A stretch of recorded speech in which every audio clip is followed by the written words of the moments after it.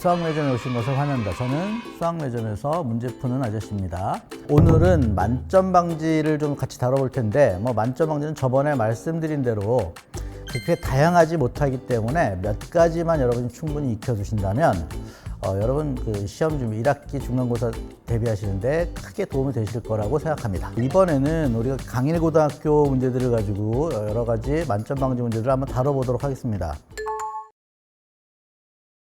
문제 자체는 간단합니다만 글이 너무 길어가지고 여러분들은 한번 두 번, 세 번 좀 읽어보시기를 권합니다. 글의 핵심은 결국 이겁니다. 이 점을 구해서 요 길이를 구하세요 라는 문제가 되는 겁니다. 자, 그러면 이 길이를 구하기 위해서는 이 2차 함수부터 완성을 해야 될 것 같은데, 이 2차 함수는 간단합니다. 원점과 4,0을 지나니까 당연히 2차 함수는 이렇게 구성될 겁니다. 최고차 계수를 모르고 a, 그 다음에 원점과 4,0을 지나니까 이렇게 표현될 겁니다. 여기에 우리가 2차 함수의 주요 특성을 기억하신다면, 자, 이 높이가 어떻게 계산되는지 기억나시나요? 이 x절편으로부터 거리 곱하기 또 다른 x절편으로부터 거리 2 곱하기 2 한 다음에 최고차 계수 a 이렇게 계산된다는 게 기억나시나요?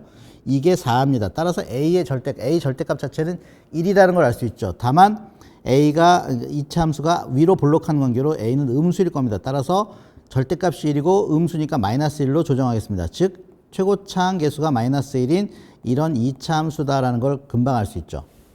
자, 그 다음에 제가 이 점 잡는 걸 보세요. 이 점은 어떤 2차, 자, 예를 하나 들어볼까요? 어떤 2차 함수가 있다고 칩시다. 예를 들어서 아주 기본적인 y는 x제곱을 한번 예를 들어볼까요? 자, 꼭지점으로부터 한 칸 떨어지면 최고차항 계수 1입니다. 따라서 높이가 1이 된다는 걸 알 수 있죠. 최고차항으로부터 2칸 떨어진다면 4가 되죠. 최고차항으로부터 3칸 떨어진다면 9가 된다는 걸 알 수 있죠. 지금 얘는 최고차항 계수가 마이너스 1이고, 자, 이 점 보세요. 이 점은 높이가 9입니다. 그 얘기는 이 길이가 3 떨어져 있다는 얘기와 똑같습니다. 따라서 이 점 x좌표는 3, 그 다음에 3을 집어넣은 3, 이 y좌표라는 걸 충분히 알 수 있겠죠. 따라서 답은 높이는 3m. 간단하게 나오죠? 아주 대표적인 문제가 나왔어요. 또 다른 것보다도 이 문제는 나가 많이 나오는 조건입니다. 그 절대값 F4라는 게 특징적인 문제인데, 이런 문제가 나올 때 처리하는 방법이 딱 있습니다. 자, 같이 한번 봅시다. 우선 x는 마이너스 2에서 7 사이에 정의된 2차 함수에 대한 조건이 다음과 같습니다. 가나다를 다 만족한대요. 이때 이걸 다 만족하도록 하는 f1을 구하라는 문제입니다. 문제 자체는 그렇게 어렵지 않죠. 일단 가조건이 무슨 말인지 아시겠나요? 이 말은 f에다 마이너스 있는 거랑 f에다 6 있는 거랑 똑같다는 얘기니까 대칭축이 2라는 뜻입니다. 이 가조건 다음에 나조건이 나오는 문제들이 은근히 많아요. 이 문제들 여러분 자주 보실 겁니다. 절대값이 있다면 그 앞에 이 대칭축을 언급하는 문제가 있는지를 가만히 찾아보셔야 돼요. 자, 이렇게 된다면 F4는요 반드시 양수일 수밖에 없어집니다. 즉 절대값 그냥 벗깁니다. 이게 무슨 얘기냐면, 자 보세요. F4가 혹시 음수라면요, 나 조건을 제가 다시 써볼게요. F-1 빼기 F4가 0이 나오죠.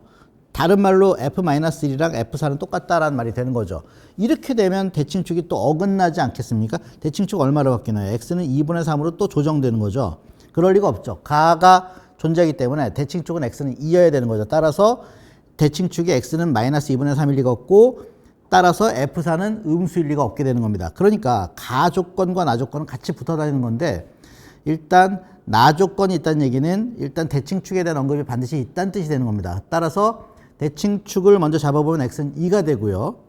그렇게 되면 F4는 양수일 수밖에 없는 겁니다. 따라서 이 문제는 F4 더하기 F-1은 0이다로 바꿔 푸시게 되는 겁니다. 이렇게 되면 얘기가 아주 간단해지는 겁니다. 자, fx는 대칭축이니까 fx를 꾸며보겠습니다. fx는 대칭축이니까 a 곱하기 x 빼기 2제곱 더하기 b라고 쓰면 되는 거죠. 그리고 f4랑 f-를 계산해 볼게요. 자, f4라는 것은 4a 더하기 b입니다. f-1은요 9a 더하기 b가 되는 거죠. 이거 더하면 0이라 했으니까 2b가 마이너스 13a다 또는 b가 마이너스 2분의 13a다 라는 것을 충분히 알 수 있겠습니다. 자, 그래서 이제 다를 푸시면 되는데요. 자, 다를 한번 풀어보겠습니다. 다는 이 fx 최소값이 마이너스 37이라 했는데 이 문제는 약간 좀 갈리죠. 왜 그러냐면 a가 음수일 때와 양수일 때가 전혀 다른 문제가 되는 거죠. 자, 이거 두 가지 경우의 가능성이 생겼으니까 우리는 여기서 걱정하지 마시고 그냥 두 가지 답을 낸다라고 생각하시면 되는 것뿐입니다. 이게 이제 수학의 어려움 중에 하나인데 이렇게 되면 그냥 두 가지 다 답을 내보자라고 생각하시고 두 가지 문제를 풀어보시면 됩니다. 첫째, A가 양수라면 어떻게 되나요? 함수가 이렇게 되는 거죠. 그 다음에 대칭축은 X는 2인 거죠. 그 다음에 마이너스 2에서 7까지니까 그래프가 이렇게 나오는 겁니다. 따라서 최소값은 F2입니다. 자, 이렇게 되면 어떻게 되나요? 대칭축이 X는 2니까요. B가 마이너스 37이구나 라는 걸 알 수 있겠죠. 그러면 B를 이 식에 넣어보면은 아주 간단하게 A를 구할 수 있게 됩니다. A는 어떻게 되냐면요. 2 곱하기 37 나누기 13. 이건 제가 계산을 다 안 할게요. 이런 거 계산 다 하는 건 미친 짓입니다. 다만 13분의 74 정도로만 체크해 놓겠습니다.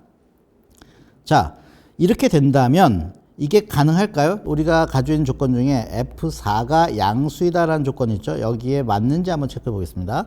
F4를 구해보면 A는 13분의 74니까 곱하기 4 빼기 37입니다. 이 값이 양수인지 음수인지 한번 체크해 보도록 합시다. 이 값을 이건 뭐 어쩔 수 없이 계산을 해야 되겠네요. 자, 74 곱하기 13, 74를 13으로 나누면 이게 대략 얼마쯤 나오죠? 이게 한 4나 5, 4 내지 5 정도 나오겠네요. 그러면 5라고 간주할까요? 6이라고 간주해볼까요? 6이라고 간주하더라도 6, 4, 24니까 당연히 음수가 나오겠죠. 이거 양수 안 나옵니다. 그렇죠? 따라서 A가 양수인 조건은 기각입니다. 그러면 답이 결정되네요. A가 음수인 게 뻔하네요. 자, A가 음수인 상황을 놓고 또 계산해 보겠습니다. 마지막. 자, 좀 지울게요. 그러므로 A가 음수인 게 뻔해진 상황입니다. 이제 답을 내시면 되는 겁니다. A가 음수이다라고 가정하고 fx를 다시 한번 세팅해 볼게요. 뭐 대칭축은 여전히 x는 2이고요. x는 2에서 대칭축이 나오고 범위가 마이너스 2에서 뭐 7까지라고 했으니까 그래프가 실제로 이와 같은 상황이 되는 겁니다. 그러니까 최소값은 그래프상 당연히 F7에서 나오겠죠. 그러니까 이것이 마이너스 37입니다. 즉 F7이 마이너스 37이 된다는 걸 알 수 있습니다. 자, F7 계산해 볼까요? 7 집어넣으시면 25A 더하기 B가 마이너스 37이 되죠. 자, B는 2분의 마이너스 13이니까 이걸 대입해 봅시다. 2분의 마이너스 13A는 이거 2분의 어떻게 되나요? 2분의 37A가 나온다는 걸 알 수 있죠. 아, 이거 예뻐지기 시작하네요. 그러면 A는 마이너스 2가 나오고 마이너스 1을 B에다 대입하면 B는 13이 나온다는 걸 알 수 있죠.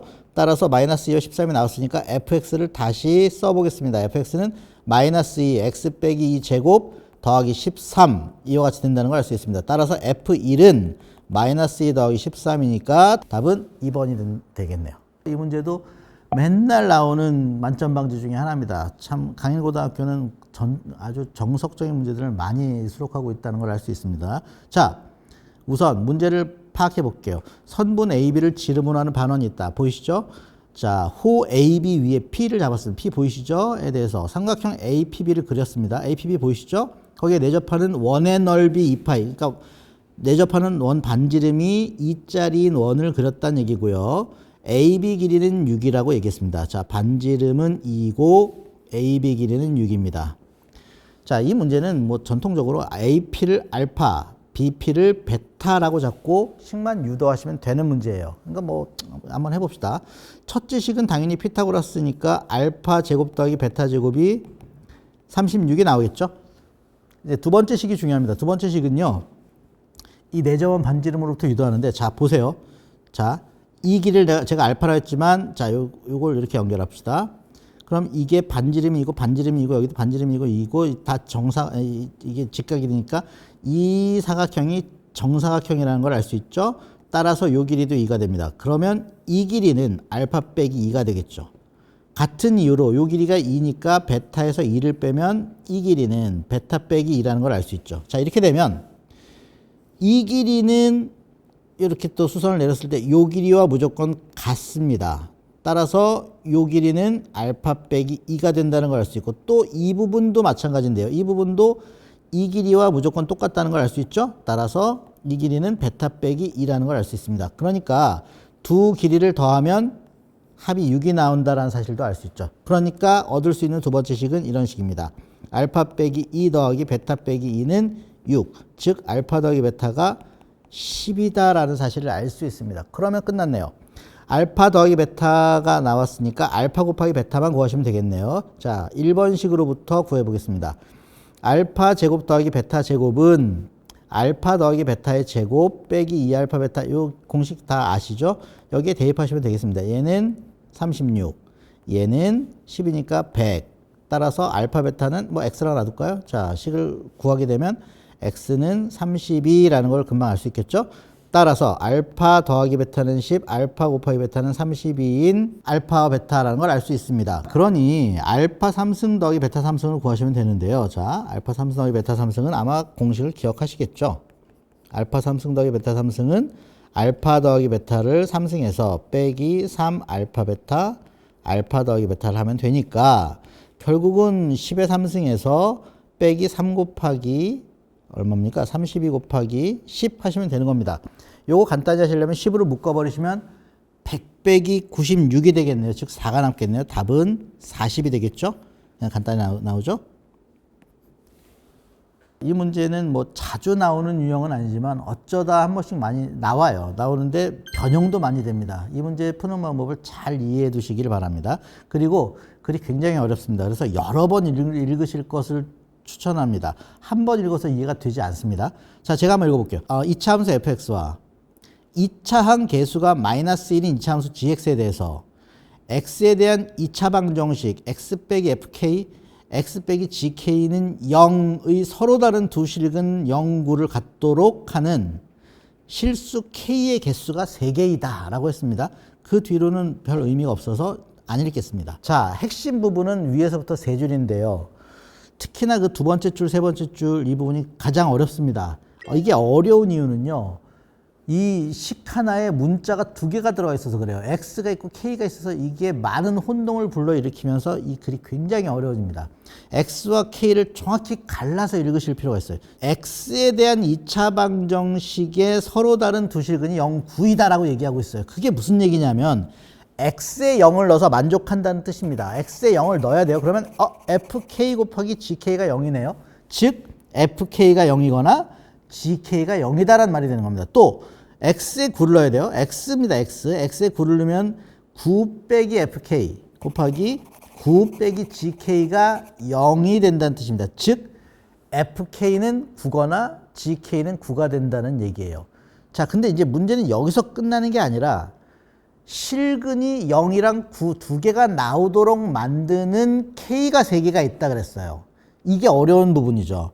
자, 이 K를요, 제가 이렇게 명명해 볼게요. K를 개수가 3개라고 했는데, 이 K를 이름을 붙일게요. K 3개를 하나는 알파고, 하나는 베타고, 하나는 감마다라고 해볼게요. 이건 K 값입니다. X 값이 아니에요. X 값은 0이거나 9가 되는 겁니다. 자, 이게 무슨 뜻이냐면은, 이 F에 알파를 넣잖아요. 그러면 얼마가 된다는 얘기일까요, 이게? 또 G에 알파를 넣으면 이게 얼마가 된다는 얘기일까요? 이게 무슨 얘기가 되냐면 이게 0이고 이게 9거나 아니면 거꾸로거나 이게 9고 이게 0이거나 둘 중에 하나인 상태가 된다는 말뜻이 되는 겁니다. 다시 또 얘기하면 F에다 베타를 넣어볼게요. K값이 베타니까요. F에다 베타를 넣으면요. F 베타 G베타가 되는데 얘가 뭐라는 얘기냐면 하나가 0이 되고 나머지 하나 9가 된다는 뜻입니다. 이게 바로 저 2차 방정식이 근을 0하고 9로 같게 하는 실수 K가 3개 나온다는 말뜻이 되는 겁니다. 똑같은 얘기로 감마를 넣어도 마찬가지가 되는 거죠. 둘 중에 하나는 0이고 둘 중에 하나는 반드시 9여야 되는 겁니다. 그러니 자, 이제 문제를 한번 풀어보도록 합시다. 결국 이 문제는 fx는 0 또는 fx는 9 아니면 gx는 0 또는 gx는 9를 만족하는 식이 딱 3개 존재한다. 알파, 베타, 감마 딱 3개 존재한다는 뜻이 되는 거거든요. 자, 요걸 좀 해석해 볼게요. fx 이렇게 대충 그리고 그다음에 y는 0하고 y는 9를 한번 그려 볼게요. y는 0하고 y는 9를 그려 본다면 0은 반드시 요 점을 지나야 될 것 같고요. 9는 요 위에 2점을 지나는 겁니다. 그래서 이 점이 알파, 이 점이 베타, 이 점이 감마가 된다는 뜻이 되는 건데요. 이와 동시에 보세요. F 알파가 9가 됐죠? 그럼 G 알파는 0이 돼야 되는 거고요. F 베타가 0이 됐죠? 그럼 G 베타는 9가 돼야 되는 거고요. 똑같은 이유로 F 베타가 9가 됐잖아요. 그럼 G 베타는 0이 돼야 되는 겁니다. 즉 GX가 이렇게 된다라는 사실을 느낄 수 있죠. 마지막 줄 한번 보세요. F2가 0이므로 라고 했으니까 베타가 2다라는 걸 알 수 있겠습니다. 베타가 2입니다.